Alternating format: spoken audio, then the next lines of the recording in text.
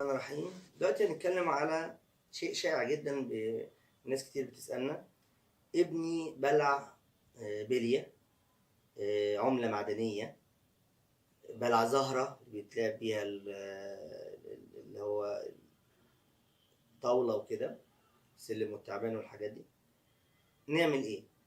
طبعا بما ان انا بشوف العيل لو هو جايباه معاها، يعني العيل الحمد لله هادي وكويس، يبقى الحمد لله الموضوع دخل في الجهاز الهضمي وكده انا بطمن خالص، مبقاش قلقان.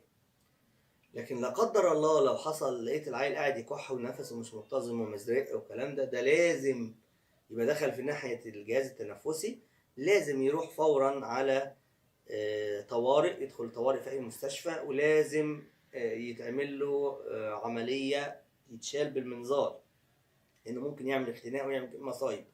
فهو طبعا الحاجة دي لما تتبلع ليها سكة بنسبة 80% هتنزل فيها، اللي هي سكة المعدة لو احنا بنبلع أي أكل أو شرب عادي، وبنسبة 20% بقى ممكن تنزل تحود ناحية الجهاز التنفسي، ودي اللي هتبقى فيها خطورة شديدة. طيب طبعا لو فيها خطورة شديدة لازم بتتحول تدخل عمليات على طول، لازم يتشال بمنظار. طب لو في سكة الجهاز الهضمي، دي بتبقى الواحد يتابع، بنقول للأب والأم ما تقلقوش خالص، ممكن نعمل إشاعة نوريها لهم في الجهاز الهضمي موجودة فين، وبنقول لهم يتابعوا براز العيل خلال أسبوع، هيكون نزل الحاجة دي جوه في أثناء التبرز. وبيبقى طيب في أكلات ممكن تسرع حركة المعدة عشان تنزل بدري؟ طبعا الحاجات الملينات، الفاكهة والعصاير والخضار والموز، كان زمان يقولوا كل قطن، طبعا الكلام ده خلاص اتلغى.